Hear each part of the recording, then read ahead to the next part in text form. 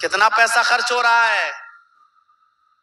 بس اتنا کہ آپ کو اذان کے وقت ہوٹل میں چائے نہیں پینا ہے، کیرم بورڈ نہیں کھیلنا ہے، میچ نہیں کھیلنا ہے، گھڑی یا موبائل میں ہونے والی گھڑی موجود اس پر نظر ڈالو، 2 منٹ اذان ہونے سے پہلے جلدی سے وضو بنا کے فارغ ہو جاؤ، اور اب جب اذان ہونے لگے تو اس کے کلمات دہراؤ اور یہ دعا پڑھو۔ میرے بھائیوں، اس شخص کے لیے اللہ کے نبی کہتے ہیں قیامت کے دن میری سفارش حلال کر دی جائے گی، وہ میری سفارش کا مستحق ہوگا، میری شفاعت کا مستحق ہوگا، جنت میں جانے کا راستہ ہے۔ کتنی محنت آپ نے کی، تھوڑا وقت تو دینا پڑے گا۔ جنت میں جانا چاہتے ہو کہ ہم وقت بھی نہ دیں؟ آئیے جنت میں جانے کا ایک اور راستہ آپ کو بتا رہا ہوں، یاد کرنا پڑے گا، کٹھ ملاؤں سے بچنا پڑے گا، خود یاد کرنا پڑے گا۔ اللہ کے نبی جناب محمد رسول اللہ صلی اللہ علیہ وسلم نے فرمایا، من قرأ آیت الکرسی بعد الصلاة المکتوبہ لم یمنعہ من دخول الجنت الا الموت۔ جس نے ہر فرض نماز کے بعد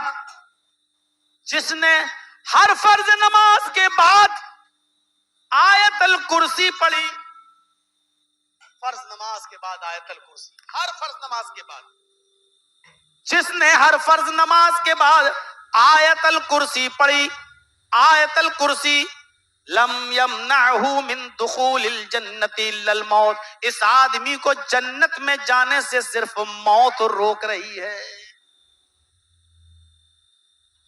یہ آدمی جنت میں اس لیے نہیں جا رہا ہے کیونکہ زندہ ہے، یعنی موت رکاوٹ بنی ہوئی ہے، یہاں مرا وہاں جنت میں داخل، یعنی جنت میں جانے کا یہ راستہ ہے۔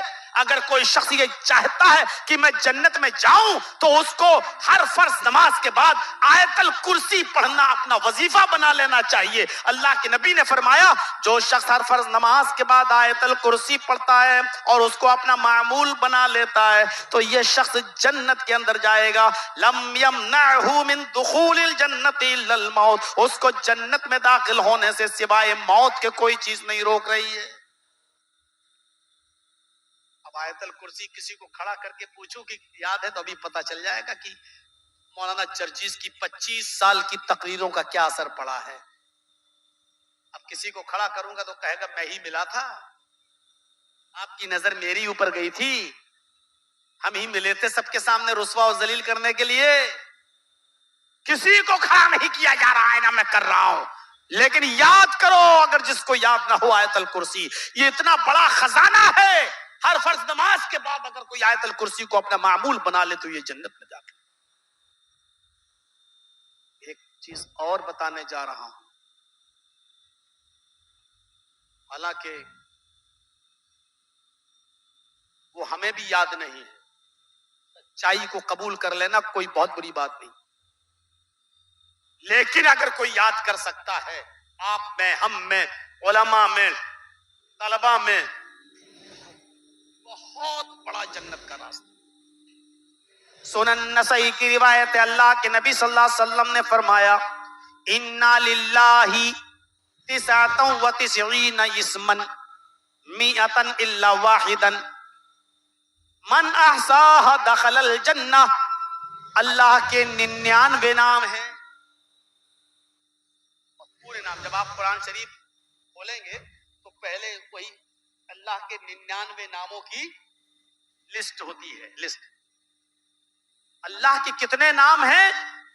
99۔ اِنَّا لِلَّهِ 99 اسما، نبی اکرم نے فرمایا اللہ کے 99 نام ہیں، 99۔ اب 99 کتنے ہوتے ہیں وہ بھی بتا دیا، 100 الا واحدہ، 100 میں ایک کم۔ اللہ کے نبی فرما رہے ہیں 100 الا واحد، 100 میں ایک کم، 99۔ اللہ کے 99 نام ہیں، ایک کم 100۔ من احصاها دخل الجنہ، جس نے ان ناموں کو یاد کر لیا، جس نے ان ناموں کو شمار کر لیا، اور جو ان ناموں کا ورد کرتا ہے، جو ان ناموں کو لیتا ہے، جو ان ناموں کو گنتا ہے، اللہ کے 99 نام روزانہ لیتا ہے، دخل الجنہ، وہ جنت کے اندر داخل ہوگا۔ جنت میں جانے والے یہ اعمال ہیں جو آج ہم آپ کے سامنے رکھ رہے ہیں، جنت کا مستحق بناتے ہیں یہ اعمال۔ کتنے لوگوں کو یہ نام یاد ہیں؟ بہت معذرت کے ساتھ اور معافی کے ساتھ 99 ناموں کی گنتی ہمیں بھی یاد ہے، لیکن اگر یاد کر لیا جائے تو کتنا بڑا عمل ہے جنت میں لے جانے والا۔ میرے بھائیوں، ہمیں اور آپ کو سب کو ان ناموں کو یاد کرنا چاہیے، خود مجھے بھی۔ دل چاہتا ہے کہ آپ کو جنت میں جانے کا ایک اور راستہ دکھاؤں۔ اللہ کے نبی جناب محمد رسول اللہ صلی اللہ علیہ وسلم نے فرمایا، من صبر علی 12 رکعۃ فی الیوم واللیلۃ دخل الجنہ، جس نے رات اور دن میں دونوں کو ملا کر، فی الیوم واللیلۃ، رات و دن دونوں ملا کر یعنی 24 گھنٹے میں یہ 12 رکعتیں پڑھنے پر مداومت برتی، ان 12 رکعتوں کی حفاظت فرمائی، ان رکعتوں کو وہ کبھی نہیں چھوڑتا ہے، ان پر وہ مداومت برتتا ہے، ان کی حفاظت کرتا ہے، اور یہ 12 رکعتیں وہ ڈیلی ادا کرتا ہے، وہ جنت میں داخل ہوگا۔ وہ 12 رکعتیں کب پڑھنی چاہیے؟ رات و دن میں کب؟ اللہ کے نبی فرماتے ہیں، 4 قبل الظہر، ظہر کی نماز پڑھتے ہو؟ ظہر فرض نماز پڑھی جاتی ہے جو امام پڑھاتا ہے، اس امام کے فرض نماز پڑھانے سے پہلے 4 رکعت، 12 کی گنتی پوری کریے۔ ظہر کی نماز جب امام پڑھاتا ہے تو امام صاحب کے نماز پڑھانے سے پہلے، قبل الظہر، ظہر سے پہلے 4 رکعت، ورکعتین بعد الظہر، اور 2 رکعت اس کے بعد، ظہر کی نماز کے بعد، یعنی امام کے سلام پھیرنے کے بعد۔ کتنی ہو گئی؟ 6۔ 4 قبل الظہر، ظہر کی فرض نماز سے پہلے 4 رکعت، اور فرض نماز کے بعد 2 رکعت، 6۔ ورکعتین بعد المغرب، مغرب کی نماز کے بعد، فرض نماز کے بعد 2 رکعت۔ گنتی تو اتنی تو یاد ہوگی، کتنی ہو گئی؟ 8۔ 4 ظہر سے پہلے، 2 ظہر کے بعد، 6۔ 2 مغرب کے بعد، کتنی ہوئی؟ 8۔ ورکعتین بعد العشاء، اور 2 رکعتیں عشاء کی نماز کے بعد، 8 اور 2 10۔ ورکعتین قبل الفجر، اور 2 رکعتیں فجر کی فرض نماز سے پہلے۔ من صابر علی 12 رکعۃ، جس نے ان 12 رکعتوں کی حفاظت فرمائی، جس نے ان پر مداومت برتی، جس نے ان 12 رکعتوں کو دن و رات میں برابر ادا کیا، دخل الجنہ، یہ جنت کے اندر داخل ہوگا۔ یہاں تو جمعہ پڑھ کے لوگ بھاگتے ہیں ایک دم جوتے چپل، امام صاحب نے سلام پھیرا، جمعہ کی نماز پڑھ کے ہم مسجد میں نہیں رکتے، بھاگتے ہیں۔ مولانا صاحب ہم ان رکعتوں کی حفاظت فرمائیں گے؟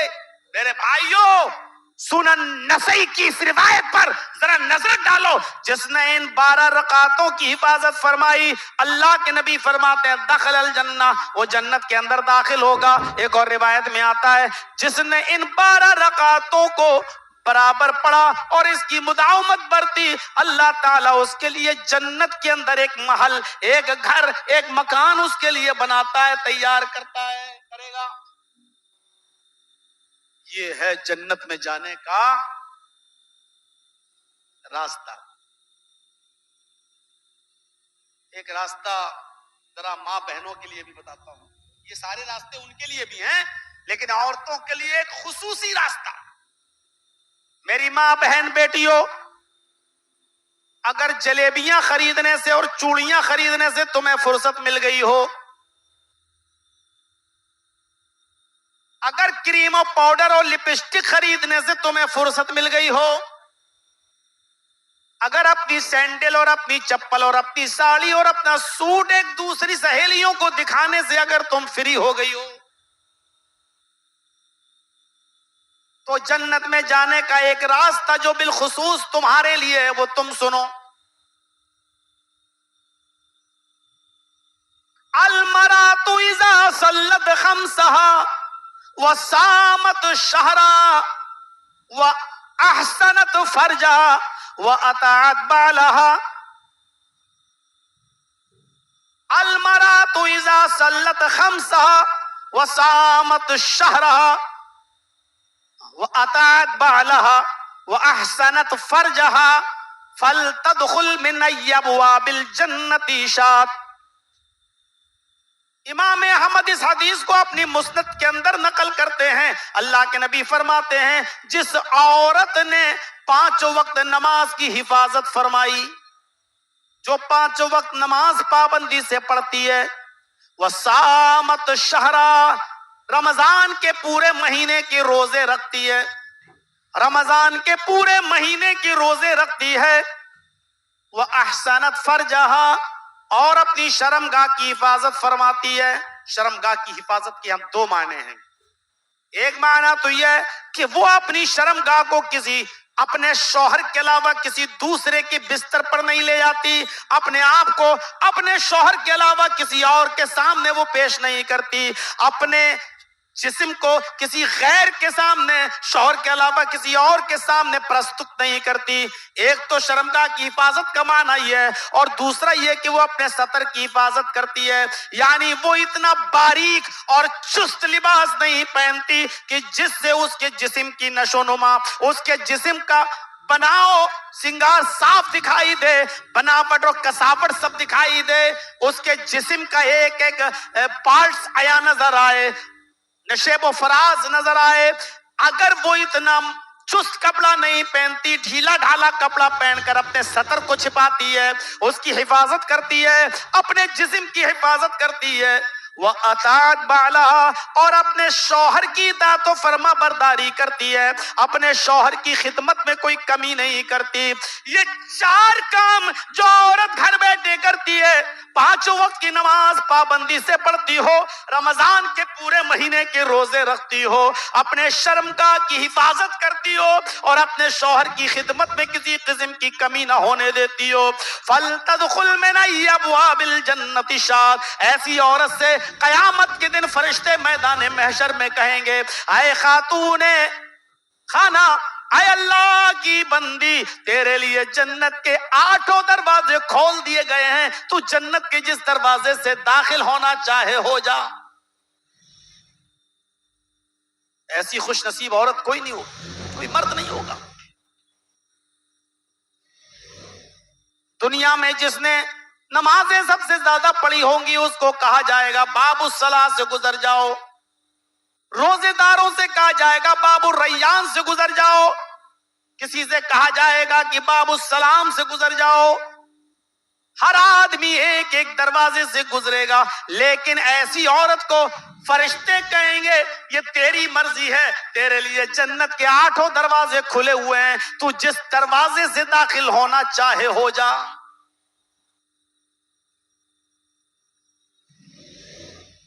یہ حکم اللہ کے نبی نے مردوں کو بھی دیا، نوجوانوں کو بھی دیا، لڑکے اور لڑکیوں دونوں کو بھی دیا. فرمایا من یضمن لی بین لحییہ ورجلیہ ازمن لہ الجنہ.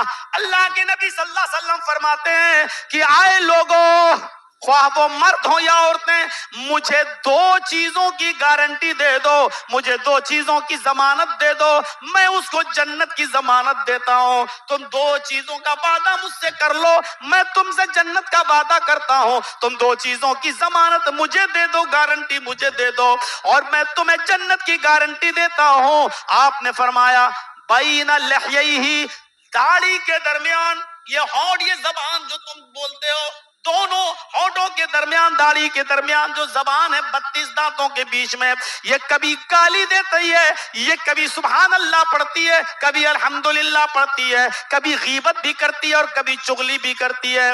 تم اس زبان کے استعمال کی گارنٹی مجھے دے دو کہ اس کو گالی گلوج میں، جھوٹ میں، یاری و مکاری میں استعمال نہیں کرو گے، اس کو صرف اللہ کے کلمے کی ادائیگی کے لیے استعمال کرو گے۔ اس زبان سے کسی مسلمان کو کیا غیر مسلم کو بھی تکلیف نہیں دو گے، اس زبان کا صحیح استعمال کرو گے۔ ایک تو اپنی زبان کے صحیح استعمال کی گارنٹی مجھے دے دو، وَبَيْنَ رِجْلَيْهِ، اور دونوں پیروں کے درمیان، یعنی شرمگاہ کی گارنٹی مجھے دے دو کہ اس کو اپنی بیوی کے علاوہ کہیں استعمال نہیں کرو گے۔ جو ہمیں ان دو چیزوں کی گارنٹی دے دے کہ اپنی شرمگاہ کا غلط استعمال نہیں کرے گا اور اپنی زبان کا غلط استعمال نہیں کرے گا، تم ان دو چیزوں کی ضمانت مجھے دے دو، ان دو چیزوں کی گارنٹی مجھے دے دو، ازمن لہ الجنہ، میں تمہیں جنت کی ضمانت دیتا ہوں، میں تمہیں جنت کی گارنٹی دیتا ہوں۔ یہ ہے جنت میں جانے کا راستہ، یہ ہے جنت میں لے جانے والا عمل۔